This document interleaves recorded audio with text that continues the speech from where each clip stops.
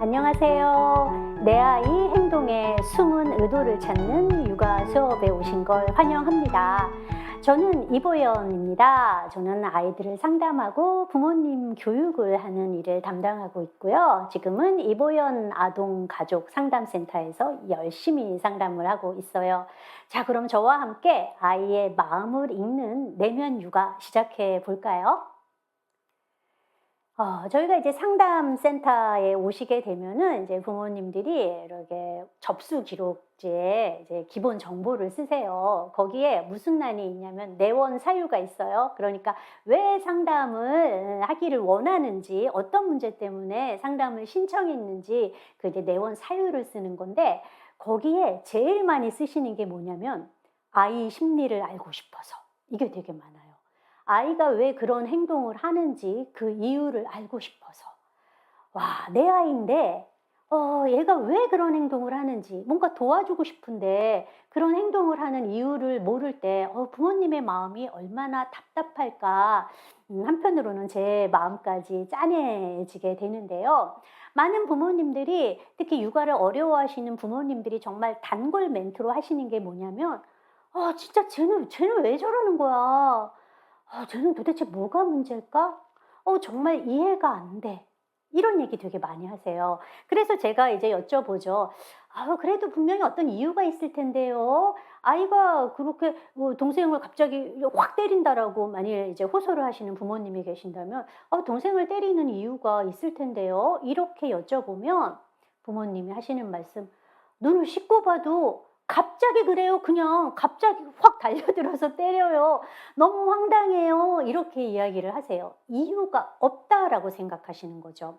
어떤 행동에 이유가 있고 그 이유를 알면 도와줄 수 있는데 이유가 없다라고 생각하면 부모님이 느끼는 무력감은 말도 못하게 크실 수밖에 없어요. 근데 정말 아이가 그런 어떤 행동을 하는데 이유가 없을까? 아닙니다. 이유 없는 행동은 없습니다. 아이들의 좋은 행동이든 부정적인 행동이든 아이들뿐 아니라 인간의 모든 행동에는 그 이유가 있습니다. 아이들의 문제 행동 때문에 고민이신 분들은 특히 이 문제 행동의 이유를 알아야지만 아이를 도울 수 있어요.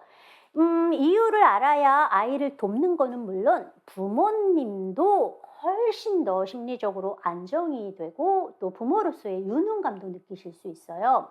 우리가 아이의 행동을 봤을 때 저 아이가 저런 행동을 하는 의도를 그리고 그 이유를 어떻게 해석하냐에 따라서 부모의 감정은 정말 많이 달라지게 돼요. 예를 들어서 쟤는 별것도 아닌 거에 승질을 내. 쟤는 이유 없이 동생을 때려. 요렇게 생각을 하게 되면 아이가 괘씸하게 느껴져요. 쟤는 조금 못되는가 봐. 진짜 쟤는 승질머리가 이러면서 아이에게 터프하게 대하기 쉬워요. 그런데 얘가 지금 동생이 이래서 이런 마음 때문에 조금 부정적으로 관심을 끌려고 그렇게 했구나. 걔가 동생을 때릴 때마다 내가 이렇게 "어이구 왜 그래, 왜 그래?" 라고 반응을 해 주니까 '나의 그런 행동이 동생을 때리는 행동을 더 강화시킨 거구나.' 이렇게 어떤 행동의 맥락을 알고 이유를 알게 되면 아이의 심정이 이해가 되면서 측은지심이 조금 더 생기게 되고 어떻게 도와줘야 할지 조금 더 올바른 솔루션을 우리가 계획을 하게 될 수가 있습니다. 그래서 효과적인 양육과 훈육을 위해서는 아이 행동의 이유를 아는 것이 반드시 필요합니다. 그래서 그게 바로 오늘의 주제예요. 내면 육아. 겉에 보이는 행동만 보는 게 아니라 이 아이가 이런 행동을 하는 의도, 그 내면을 들여다보자. 그래서 내면 육아를 한마디로 정의야 하자면 아이의 마음을 알고 이에 반응하는 육아다. 이렇게 할 수 있는데요. 이제 저와 함께 내면 육아를 통해서 부모와 아이 모두 행복한 그런 육아 시작해 봅시다. 자, 그럼 이제 우리가 앞서서 이유가 다 있다 그랬어요. 그럼 아이들이 어떤 잘못된 행동을 한다. 도대체 무슨 이유들이 있을까? 이유들은 버라이어티하게 많을 수 있는데 그중에서 제가 이제 몇 가지를 좀 뽑아 봤어요. 첫 번째는 기질입니다. 기질은 타고난 성질을 말하는데요. 아이들은 뭐 순백색으로 태어나지 않아요. 제가 대학을 다니던 80년대만 해도 그 교육학 시험에 잘 나오는 게 존 노크의 타블라 로사, 백지설이거든요. 그러니까 사람은 백지 형태로 태어나 가지고 어떤 환경에 따라서 그림을 그려진다. 그래서 요거는 환경의 중요성을 엄청 강조한 거예요. 그런데 이제는 더 이상 그 말이 받아들여지지 않습니다. 아이들은 백지로 태어나지 않아요. 어떤 아이들은 아이보리색, 어떤 애들은 진짜 순백의 아주 해맑은 아이로 태어나지만 어떤 애들은 아주 진한 검정색으로 태어나고 어떤 아이들은 알록달록 되게 얼룩져서 태어나기도 해요. 그래서 아이들은 각각 타고난 성질들이 다르고 그 성질에 따라서 환경과 상호작용하고 환경에 반응하는 방식이 다릅니다. 예를 들어서 그 신생아시를 한번 보세요. 산후조리원에 어떤 아이들은 배가 고프면은 살짝 칭얼대요. 요런 정도로 칭얼대는 아이들이 있고 어떤 아이들은 배가 고프면 처음부터 앙 하고 울어대는 아이가 있어요. 어떤 아이들은 칭얼대는 아이를 이렇게 안아서 들어올리면 금방 진정이 되는 아이가 있고 어떤 아이들은 막 흔들고 막 이렇게 해야지만 겨우 잠이 드는 아이들도 있어요. 이렇게 기질에 따라서 아이들이 환경에 반응하는 방식이 다 다르기 때문에 아이들의 기질을 제대로 이해하지 못하면 부모님들이 당황하게 되거나 아이의 행동의 의도를 조금 더 부정적으로 해석하게 될 수 있습니다. 인사를 안 하는 경우가 대표적인 예라고 할 수 있는데요. 사실 인사를 안 하는 아이들의 대부분은 매우 소심한 기질을 갖고 있어요. 낯선 것에 대한 두려움이 있고 적응하는 데 시간이 걸리는 그런 기질을 가진 경우들이 있기 때문에 낯선 사람을 만나게 되면 긴장, 위축되면서 이제 인사를 하지 못하고 불안하니까 이제 회피를 하게 되는 건데 이거를 많은 부모님들이 무례하다거나 버릇이 없다거나라고 생각해서 다그치게 되는 일들이 생겨요. 이렇게 되면 아이는 더욱더 그런 사회적 불편한 상황을 회피하는 그런 모습을 보이게 될 수도 있죠. 또 어떤 경우는 되게 많이 산만해서 잘 자리에 앉아 있지 못하는 경우가 있어요. 그런데 이런 아이들이 자기가 좋아하는 뭐 영상을 보거나 그럴 때는 엉덩이에 짓물 나도록 막 앉아 있고 좋아하는 레고를 할 때는 밤새도록 하거든요. 그런데 조금 뭐 자기가 관심이 없거나 밥을 먹어야 된다거나 뭐 공부를 가리킬라 칠라 치면 막 돌아다니고 이럴 수 있어요. 그럼 부모님은 "넌 도대체 왜 그러냐?" 막 이러면서 야단을 치게 되는데 이런 경우에도 기질의 문제가 있을 가능성이 되게 많아요. 많이 들어보신 ADHD, 주의력 결핍 과잉 행동 장애는 기질적인 원인 때문에 발생하는 거고 그거를 모르고 자꾸 아이가 뭐 게으르다. 너무 자기 하고 싶은 것만 하려고 한다. 이기적이다. 이런 평가를 하게 되면 아이의 성격까지 살짝 모나게 발전할 수밖에는 없는 거죠. 그래서 아이들이 어떤 뭐 나쁜 어떤 이유 때문이 아니라 타고난 성질 때문에 조금 더 부모님이 이해하기 어려운 행동을 할 수도 있기 때문에 우리는 우리 아이의 기질이 어떤가를 반드시 살펴보고 조금 더 뾰족뾰족한 기질을 가진 아이라면 우리는 시간을 갖고 조금씩 마모시켜서 조금 더 부드럽게 성장할 수 있도록 도와주는 게 부모님의 중요한 역할이 된다라고 할 수 있어요. 또 아이들이 잘못된 행동을 하는 이유 중에 굉장히 큰 비중을 차지하는 게 아이들의 발달 수준 때문입니다. 살다 보면 어른들도 막 좌절할 때가 있고 어떤 상황에서 이 문제를 해결해야 되는데 어떻게 해결해야 될지 몰라 난감할 때가 있어요. 많이 배우고 살 만큼 산 어른들도 이렇게 난감할 때가 많은데 이제 태어난 지 고작 3년, 5년, 7년, 9년밖에 안 된 아이들은 난감하기 이를 데가 없어요. 아직은 발달적으로 미숙하기 때문에 상황을 이해하고 대처하는 능력이 떨어질 수밖에는 없고요. 또 어떠한 문제 행동은 발달 단계에 특징적으로 나타나는 거가 있어요. 예를 들어서 두 돌 전후의 아이를 키울 때 부모님들이 굉장히 많이 힘들어하세요. 두 돌 뭐 요때를 미친 3살, 영어로는 terrible 2, 끔찍한 2살 이렇게 얘기하는 식인데요. 왜 얘네들이 이런 악명을 떨치게 되었냐? 요 두 돌 전후에 아이들의 발달 과업이 뭐냐면 자율성이에요. 내가 막 스스로 하는 거. 그래서 어떤 일들이 생기냐? 엘리베이터 버튼 엄마가 먼저 누르면 난리가 나죠. 내가 막 하면서 울고 막 뒤로 막 나져요. 계단을 올라갈 때 엄마가 손을 잡아주려고는 막 뿌리치고 막 이러는 경우. 쟤는 왜 저러나? 아니 저게 뭐 별일이라고 저렇게 난리를 치냐? 내가 도와주려고 하는 건데 왜 저걸 뿌리치냐? 이런 생각을 많이 할 수 있는데 요거는 요 단계가 발달 단계상 그 자율성을 추구하는, 과도하게 추구하는, 자기 능력을 제대로 인지하지 못하면서 과도하게 자율성을 추구하는 단계에서 나타나는 그런 자연스러운 사실 행동이라고 할 수가 있어요. 그래서 요 시기에는 아이들이 말끝마다 싫어, 아니야, 내가라고 하는데 요것도 무슨 뭐 어떤 반항이라기보다는 자율성의 표현일 수도 있고 발달 단계로 치자면은 이러한 그 걸음마기, 요 자율성을 추구하는 시기와 함께 또 힘든 시기가 언제냐? 사춘기. 사춘기 때 아이들 되게 예민하잖아요. 이것도 그 발달 단계에 따른 그런 어떤 변화 때문에 나타나는 거죠. 부모보다 친구 말을 더 많이 듣고 따르려고 하는 부분. 그래서 부모를 우습게 아는구나라는 게 아니라 이때에는 또래 소속감이 발달 과업이기 때문이에요. 성인의 경우에도 갱년기, 갱년기 우리 주부 함부로 건드리면 안 된다라는 거 우리 다 알잖아요. 그래서 어떤 행동들은 발달 단계에 따라서 나타나는 자연스러운 걸 수 있고 이런 것들은 우리가 조금 더 인내하고 수용해 주면은 자연스럽게 나아지는 것들도 있다. 이렇게 볼 수 있어요. 또 아이들이 잘못된 행동을 하는 또 다른 이유는 환경이 될 수 있겠죠.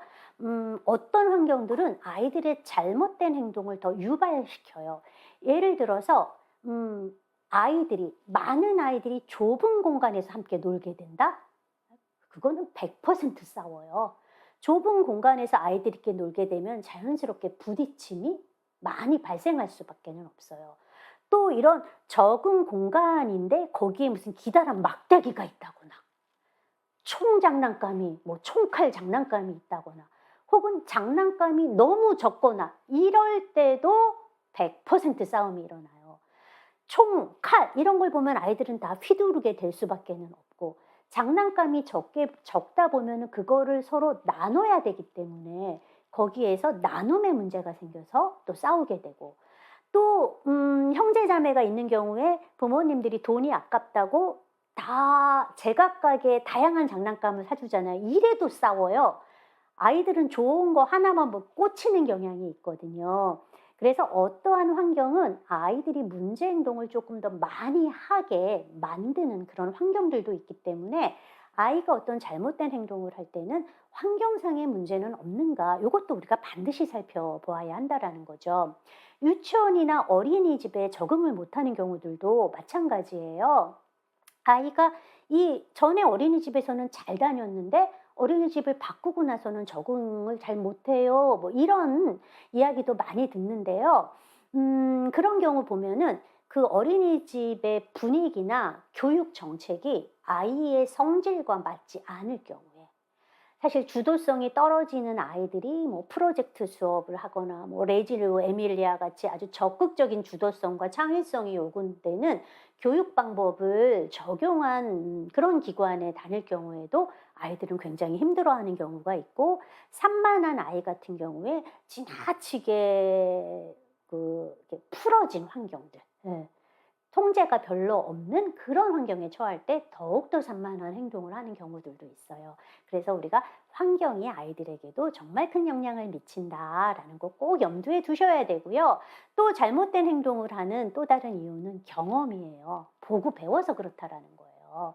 부모나 형제, 자매 혹은 주변 또래 혹은 미디어에서 하는 거를 보고 배우기도 하죠.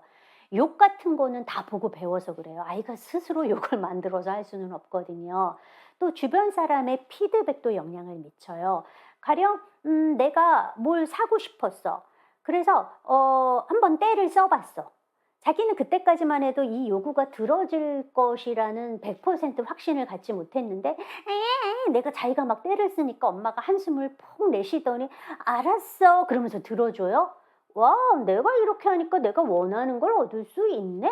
이런 경험을 하게 되면 아이의 떼부림은 점차 심해질 수 있어요. 그래서 아이들이 잘못된 행동을 할 때는 "아우 쟤는 왜 저래?" 하고 아이 탓만 하는 게 아니라 혹시 잘못된 경험 혹은 잘못된 환경이 주어진 것은 아닌지, 혹은 발달 단계에 따른 그런 문제인 건지, 혹은 조금 지금 어린데 그래서 어리기 때문에 타고난 성질이 무엇보다 영향을 많이 미칠 시기인데 좀 성질이 살짝 까다롭고 유별나서 그런 거다. 뭐 요런 부분에 대한 이해를 하시는 것들이 이제 필요한 거죠. 자, 우리가 여기까지는 알았는데 그럼 아이가 자기가 뭐 원하는 게 있거나 자기가 어려운 게 있거나 그러면은 말을 제대로 하면 나는 나쁜 부모가 아니니까 들어줄 텐데 그런데 나는 얘한테 물어봐도 잘 말도 못하고 그래서 얘가 왜 그런 행동을 하는지 나는 그 이유를 잘 모르겠어요. 이렇게 호소하시는 부모님들이 계세요. 어린아이들의 경우에는 자기 마음을 제대로 올바로 표현하는 게 꽤 어려운 일이에요. 아직은 발달이 미숙하기 때문에 자신의 감정, 자신의 욕구, 자기가 뭘 원하는지, 그리고 내가 무슨 생각을 하는지, 나의 의도가 무엇인지 이거를 스스로 정확하게 알아차리는 자기 인식 능력이 부족해요. 설령 알아차려도 이거를 어떻게 표현해야 될지 몰라요. 그러니까 아버지를 아버지라고 불러야 되는데 아버지를 때로는 형, 삼촌, 누나, 고모부 이렇게 부르게 된다라는 거예요. 그래서 이거를 약간 정확하게 표현을 하지 못하니까 부모님은 아이가 보내는 메시지를 잘 올바로 해석하지 못하고 그 신호를 놓치거나 심지어 왜곡해서 반응하게 되는 경우들이 있고, 이게 아이에게는 욕구 좌절로 이어지는 경우고 또 부모님에게는 답답함을 또 느끼게 하는 거겠죠. 그래서 우리는 아이가 보다 올바로 자신의 감정을 인식하고 이거를 적절한 방식으로 표현할 수 있도록 도와주는 게 필요해요. 이게 바로 내면 육아의 시작이 될 수 있어요. 자, 그럼 아이가 아버지를 아버지라고 부를 수 있게 하려면 내 마음이 슬퍼요. 속상해요. 엄마가 동생만 보는 것 같아서 내가 소외감을 느껴요. 나를 더 이상 사랑하지 않는 것 같아서 불안해요. 요런 거를 아이가 말할 수 있게 하려면 우리는 어떻게 해야 할까? 언어가 되는 아이라면 우리는 이렇게 아이가 자신의 감정이나 생각을 올바른 문장, 올바른 단어, 올바른 언어로 표현할 수 있게끔 시범을 정말 많이 보여주셔야 돼요. 아이에게는 수많은 언어 샘플이 필요해요. 그러기 위해서는 먼저 아이가 어떤 그 욕구를 보일 때 아이 마음을 아이가 좀 적절한 방식으로 표현하지 못할 때 부모님은 안테나 켜시고요. 제가 왜 저러지? 아이의 마음을 이해해 보려는 노력을 하셔야 돼요. 아이의 감정, 사고, 욕구, 상황에 주목해야 돼요. 처음에는 쟤 왜 저러지? 이 질문에서 시작할 거예요. 그런데 그 질문에서만 끝나면 안 돼요. 왜 저러지? 어디 한번 살펴보자. 뭐 때문에 저러지? 조금 더 유심히 들여다보고 얘가 이렇게 짜증을 내기 전에 앞에 무슨 행동이 있었지? 그 전후 맥락을 파악을 하시게 되면 이래서 이랬구나라는 걸 우리가 알 수 있게 돼요. 예를 한번 들어볼까요? 마트 쇼핑을 마치고 바로 앞에 다이소가 있었어요. 그래서 뭐 다이소는 별로 비싸지도 않으니까 엄마가 여기서 엄마가 장난감 하나 사줄게 이렇게 얘기를 했어요. 아이는 너무너무 신이 났어요. 그래서 그걸 딱 들어갔어요. 그 장난감 코너에서 막 살펴봐. 그런데 이제 아이가 너무 괴로운 거야. 뭐 사고 싶은 게 두 개거든요. 그래서 이것도 마음에 들고 저것도 마음에 들어요. 그럼 아이가 막 이러다가 엄마 어떤 게 더 좋아? 엄마, 이것도 좋고 저것도 좋고 이렇게 얘기를 해요. 그럼 엄마가 이렇게 보다가 빨리 골라 이렇게 얘기를 하거든요. 그럼 아이는 막 진짜 똥줄이 타요. 나 이거 두 개 다 하고 싶은데 그러면은 이제 그때부터 징징대고 짜증을 내요. 그럼 엄마가 엄마가 너 그 장난감 사준다고 했는데 너 그렇게 징징대면은 너 장난감 안 사준다? 그러면 그때부터 떼부림이 더 심해져요. 자, 아이는 자기가 이 두 가지 중에 하나를 골라야 되는 거는 아는데 이 두 개가 다 갖고 싶은 이 마음을 어떻게 표현해야 될지 몰라서 막 그렇게 표현을 한 것인데 부모가 그거에 대해서 질책을 하고 비난을 하게 되면 그게 이제 아이의 떼와 짜증으로 이어질 수 있거든요. 이럴 때 부모는 아이가 표현하고자 하는 게 무엇인지를 파악해서 아이에게 들려줘야죠. 아유, 너가 이것도 마음에 들고 저것도 마음에 들고 그래서 두 개 다 사고 싶은데 엄마가 하나만 된다 그래서 지금 고민 중이구나. 사실 이렇게 얘기해 주는 거예요. 이거 얼마나 나이스하고 우아한 표현이에요. 이왕이면 우리 우아하게 하자고요. 그래서 아이의 욕구를 파악했다면 아이의 그런 욕구, 감정, 상황을 반영해서 마음을 읽어주는 거고 요럴 때 꼭 단어, 감정 단어를 의식적으로 많이 사용해 주시는 게 필요해요. 만일 아이가 이런 엄마의 표현, 아빠의 표현을 자주 들어서 아이가 이렇게 적절한 방식으로 자기 표현을 했다. "엄마, 나 둘 다 갖고 싶은데 어떻게 해야 될지 모르겠어." 이렇게 말했다면 이건 너무너무 기특한 거예요. 그럴 때는 듬뿍 칭찬해 주세요. 그래서 아이가 '아, 내가 이렇게 자기 표현을 잘하니까 엄마랑 의사소통도 잘 되고 엄마도 되게 기뻐하고 이건 내가 되게 잘한 일이구나.'라고 느끼게 하면은 아이도 더 기꺼이 자기 표현을 더 많이 할 거예요. 그래서 이렇게 자기 마음을 적절한 문장과 단어를 사용해서 표현할 수 있게 도와주는 거, 이게 굉장히 중요하고, 그거와 더불어 실질적인 문제 해결도 도와주셔야 돼요. 어떤 문제가 있다면 이런 문제를 해결하고 적절한 방법으로 욕구를 충족할 수 있도록 아이를 지도해야 하는 거죠. 아이는 결국 어릴 적에는 부모님이 많이 도와주지만 그런 도움을 받고 그리고 조금 더 성장하면서는 자기가 이런 문제 해결 과정에 함께 참여하고 그래서 결국은 자기 스스로 문제를 해결할 수 있는 그 과정까지 우리가 아이를 지도를 해야 하는 거거든요. 그래서 문제 해결을 도와줄 때 우리 항상 첫 단계는 공감이에요. 비난, 비판, 비평, 비자 들어가는 건 사실 도움이 하나도 안 돼요. 아이를 비난하거나 비평하게 되면 사람들은 반사적으로 방어를 하게 돼요. 저항을 하게 돼서 떼부림이 더 심해진다거나 자기 욕구를 더 강하게 주장하는 일들이 생기기 때문에 너희 마음이 이렇구나. 너는 이거를 원하는구나. 라고 충분히 공감해 주고 그 다음에 안 되는 거라면은 안 되는 거에 대한 제안도 분명히 해 주시는 거예요. 그때도 공감해 줘요. 내가 뭘 원하는데 안 되면 속상하잖아요. 그래서 속상하겠다." 이것도 공감해 주시고 그리고 꽝 대신 닭도 아이에게 반드시 가르쳐야 되는 거예요. "내가 이건 안 돼. A는 안 돼. A는 안 되지만 A 대신에 나는 B를 할 수 있고 C를 할 수 있어." 대안이라고 얘기하잖아요. 아이가 원하는 게 A였지만 안 되는 이유 말해주고 다른 방식으로 그 대안을 충족하는 것도 알려주셔야 돼요. 그래서 이런 욕구 해결과 대안책 제시해 주는 거 그리고 함께 문제 해결법도 열심히 찾아봐야 하는 거죠. 아까 다이소의 예로 들어가서 아이가 두 개를 다 갖고 싶다면 만일 부모님이 아이를 지켜봤을 때 요 녀석은 항상 자기를 자꾸 내고를 조금 하는 경향이 있어. 항상 뭘 하면은 안 돼도 한번 찔러보는 경향이 있어. 요런 기질을 가진 아이라면 너가 두 개 다 마음에 들구나. 하지만 엄마가 말했지. 우리는 오늘은 하나만 사는 거야. 엄마가 시간 줄 테니까 너가 원하는 거 하나를 조금 더 열심히 생각해서 골라봐. 이렇게 해주시면 되고 시간 제한이 있다면은 어머님이 우리는 다음 일정이 있어서 엄마가 어디 시계 보자. 15분 줄 수 있어. 15분은 너가 생각할 수 있어. 만약 15분 동안 너가 결정을 못 내리면 우리는 다음에 또 올 테니까 그때 사도록 하자. 이렇게 얘기해도 되고요. 또 아이가 뭐 평소에 그렇게 막 물건 갖고 떼쓰고 고집하는 게 아니라면 부모님이 타협책을 제시할 수도 있어요. 두 개 다 마음에 드는구나. 어디 한번 이게 얼마나 비싼가 한번 볼까?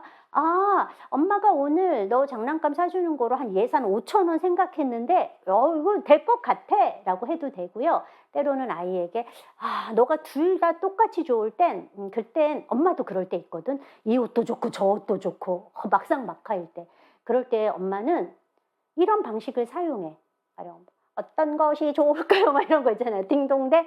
혹은 뭐 가위바위보로 해 갖고 너랑 나랑 해서 너가 이기면은 뭐 이거, 뭐 엄마가 이기면 이거, 뭐 이런 방식으로 해도 될 것 같고, 그래서 아이가 좀 더 이런 문제 해결책에 참여해서 결정할 수 있도록 도와주는 그런 방법들도 있습니다. 이런 걸 통해서 아이들은 문제 상황에서 보다 적극적으로 자기가 이런 문제 해결법을 찾아내려는 그런 탐색을 더 할 수 있게 됩니다. 자, 그럼 우리가 실전 연습도 조금 해볼까요? 제가 몇 가지 사례를 좀 가져와 봤는데요. 놀이터에서 들어오지 않으려고 하는 아이. 예. 이제 신나게 막 놀고 엄마가 분명히 말했어요. 4시 반에는 태권도 학원 가는 거야. 그 4시 반까지만 노는 거야. 네! 이렇게 얘기해 놓고 막상 놀이터에서 신나게 막 놀고 있을 때, 엄마가 이제 태권도 버스 오겠다. 빨리 가자. 나 더 놀 거야, 더 놀 거야. 뭐 이런 애들 있고요. 어떤 경우에는 밥 먹으러 집에 와야 되는데 이제 집에 안 들어오려고 하는 그런 아이들도 있어요. 또 혹은 남의 집에 가면 그렇게 집에 안 오려고 하는 애들도 있어요. 얘네들이 왜 그럴까? 우리가 이제 생각을 해봐야죠. 여기에서도 우리가 살펴봐야 될 게 아이의 기질. 기질에 따라서 이유가 달라요. 가령 산만한 아이들 같은 경우에는 트랜지션에 어려움을 가져요. 그러니까 하나에서 다음 단계로 넘어가는 게 안 돼요, 얘네들은. 그래서 산만한 아이들 같은 경우에는 태권도 학원 가는 게 싫지 않아도 지금 노는 게 되게 재밌으면 가지 않으려고 하는 경우들이 있어요. 이럴 경우에는 조금 더 단호하게 제안을 해 주셔야 하는 거고, 집에 가면 재미없잖아. 뭐 집에 가면 안 놀아줄 거잖아. 이러면서 놀이터에서 계속 놀려고 하는 경우에는 이 아이는 즐거움에 대한 욕구가 굉장히 많은 아이인데 집에서는 즐거움에 대한 욕구가 충족되지 않아서 그렇다라고 생각하시고, 가정에서도 이 아이가 얼마든지 즐거움을 느낄 수 있게 도와주시는 게 필요해요. 그래서 아이에게 시간 제한 분명히 얘기해 주고, 놀이터에서 놀이는 끝이지만 집에 돌아가서도 우리는 즐거운 시간을 가질 수 있단다. 요거를 알려주는 게 필요해요. 그런데 애들이 잘 안 믿어요, 요거를 처음에는. 그래서 부모님이 좀 더 믿을 수 있게 해야 하는 거죠. 아, 너가 지금 여기서 재밌게 놀고 있는데 놀이가 끊겨서 집에 가면 놀지 못할까 봐. 아이, 그래서 들어가기 싫었어? 근데 지금은 저녁이라서 우리는 집에 들어가야 되는데 집에 들어가서 우리는 또 밥 먹고 나서 재밌게 놀 거야. 야, 오늘 한번 만들게 해볼까? 우리 재활용품 이용해서 우리 만들게 해보자. 우리 그럼 집에 들어가는 길에 그 재활용품장 가서 우리 쓸만한 거 있나 한번 골라보자. 그럼 아이들이 벌떡 일어나서 쫓아와요. 구체적으로 내가 놀 만한 게 있다라고 생각을 하면 말을 더 잘 듣거든요. 그래서 아이의 기질과 아이가 그런 행동을 하는 거에 대한 이유를 파악해서 우리 적절히 대처해 주는 거 필요하고요. 또 할아버지가 계시면 때가 더 심해져요라고 하는 경우에는 아까 잘못된 행동을 하는 이유 중에 이거는 환경과 경험에 해당이 되는 거죠. 그거는 할아버지가 계시면 할아버지가 아이에게 피난처가 됐기 때문에 할아버지가 이 아이를 훈육하려는 부모님을 말린다거나 아니면 너무너무 사랑스러운 손주여서 아이가 원하는 거를 다 들어준다거나 하게 되면 이제 때가 더 심해지는 경우들이 있겠죠. 그래서 이런 부분들은 할아버지와 잘 이야기를 나누어서 할아버님도 좀 훈육 과정에 참여하거나, 아니면 할아버지가 너무 마음이 약해서 나는 훈육을 하기 어렵다라고 할 경우에는 훈육 상황에서는 잠시 빠지고 이제 다른 양육자가 그거를 다루는 이제 그런 사전에 합의가 되는 게 정말 정말 중요합니다. 또 동생 수유하는 동안 그러면서 막 계속 엄마 이렇게 밝히는 애들이 있어요. 못 기다리는 그런 아이들. 이런 아이들도 뭐 여러 가지 이유가 있을 수 있겠죠. 혼자 있는 거를 굉장히 싫어하는 아이들도 있고, 심심해서 그러는 경우들도 되게 많아요. 그리고 엄마가 동생을 보는 동안 내가 충분한 관심을 받지 못한다라고 생각해서 불안해하는 그런 경우들도 있어요. 그래서 이런 경우에 따라서 조금씩 접근 방법은 다르지만 이건 역시 즐거움에 대한 욕구와도 관련이 되게 많아요. 아이가 기다리는 동안 뭔가 즐거운 거를 할 수 있게 된다면은 아이들은 기꺼이 기다려요. 잘 기다려요. 그런데 어린아이들은 혼자서 뭘 하고 놀아야 될지 난감해요. 뭘 해야 될지 모르겠는 거예요. 엄마가 있으면 책도 읽어주고 뭘 해주는데 나는 그럼 뭘 해야 되지? 그럼 우리는 아이가 혼자서도 잠시 기다릴 수 있게, 즐겁게 기다릴 수 있는 장치를 만들어 줘야 되는 거죠. 제가 많이 권하는 거는 뭐가 있냐면 슈즈 박스 있잖아요. 구두 같은 거 사면은 운동화 사면은 이렇게 주는 그 박스. 얘가 되게 좋아요. 뚜껑이 달려 있잖아요. 저는 거기에다가 자질구레한 소품들을 아이가 놀 만한 소품들을 조금 넣어 놔라. 이렇게 권해요. 싼 거. 애들 사실 비싼 거 별로 안 좋아해요. 다이소는 뭐 되게 싼 데 가 갖고 막 스티커 자질구레한 것들 이렇게 좀 넣어 놓고 아이 엄마가 수유를 하러 이렇게 들어갈 때 지금 아기가 젖 먹을 시간이어서 엄마가 젖 먹이고 올 거야. 그동안 너는 좀 기다리고 있어." 이렇게 할 거란 말이에요. 아이 혼자서 기다리는 거는 좀 지루하지. "그래서 엄마가 준비했어." 그러면서 구두 상자를 쫙 내미세요. 여기엔 너가 놀 만한 게 있거든. 너가 여기 있는 거 뭐가 있는지 한번 살펴보고 놀아." 그럼 엄마가 "얼른 동생 재우고 다시 돌아올게." 이렇게 얘기를 해요. 그럼 아이가 탁 열어보면은 막 별게 있거든요. 슬라임도 있고 막 스티커도 있고 그러면 아이가 "윙?" 이러면서 되게 열심히 갖고 놀아요. 그래서 스티커 저는 되게 강추해요. 얘가 조금 시간이 걸려요. 뜯고 막 이렇게 붙이는데 조금 시간 걸릴 수 있는 거 요런 것들 좀 넣고. 그래서 엄마가 마치고 이렇게 돌아오는 동안 이 아이가 칭얼대지 않고 잘 기다리면 뭐 해 주셔야 돼요? 반드시 칭찬해 주시는 거 잊지 마셔야 돼요. 자, 어린이집 들어갈 때마다 울먹이면서 떨어지지 않으려고 하는 아이. 요것도 기질에 따라서 반응이 다 달라요. 그 낯가림이 많고 적응성이 떨어지는 아이들은 이렇게 새로운 곳에 적응이 안 되니까 막 울먹이면서 안 가려 하는 애들이 있고요. 어떤 아이들은 경험을 통해서 내가 좀 부모의 관심을 끌고 싶은데 혹은 내가 좀 부모를 조금 힘들게 하고 싶은데 그러니까 힘겨루기를 하는 애들이 있어요. 좀 자기가 부모를 통제하고 싶은 아이들. 내가 막 어린이집 들어갈 때 "싫어, 싫어." 막 하면은 엄마가 막 어쩔 줄 몰라 하는 거를 아는 애들이 있거든요. 그럼 엄마를 불편하게 하려고 이런 행동을 하는 아이들도 있어요.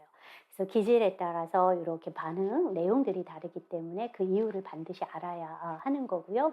근데 되게 이제 낯가림이나 이런 적응력의 문제 때문에 그 떨어지는 거 힘들어하는 아이들 같은 경우에는 그 교사의 조금 도움을 얻어서 그 등원식 좀 맞이해 주고 들어가서도 자기가 집중할 수 있는 놀이 활동으로 유도해 주면은 그러면은 훨씬 더 적응이 쉬울 거고 그래서 엄마의 그런 불편해하는 모습, 안절부절하는 모습 때문에 계속 이렇게 들어가는 거에 대해서 칭얼대는 아이라면 선생님이랑 딱 약속 잡아서 빨리 헤어지는 거. 그래. 아유 엄마는 몇 시에 데리러 올 거야. 그때까지 재밌게 놀아. 아유 선생님 우리 누구 왔어요. 잘 부탁해요. 하고 빨리 가는 거. 요런 것들이 오히려 도움이 될 수 있어요. 그래서 우리가 아이들이 어떤 행동을 하는 데는 정말 제각각의 이유가 있다라는 거 꼭 아셔야 되고요. 그에 따라서 솔루션도 조금씩 달라지니까 우리는 내면 요가를 통해서 아이의 마음을 보다 잘 이해하려고 노력하시면 정말 좋겠고 그래야 육아도 쉬워질 수 있어요.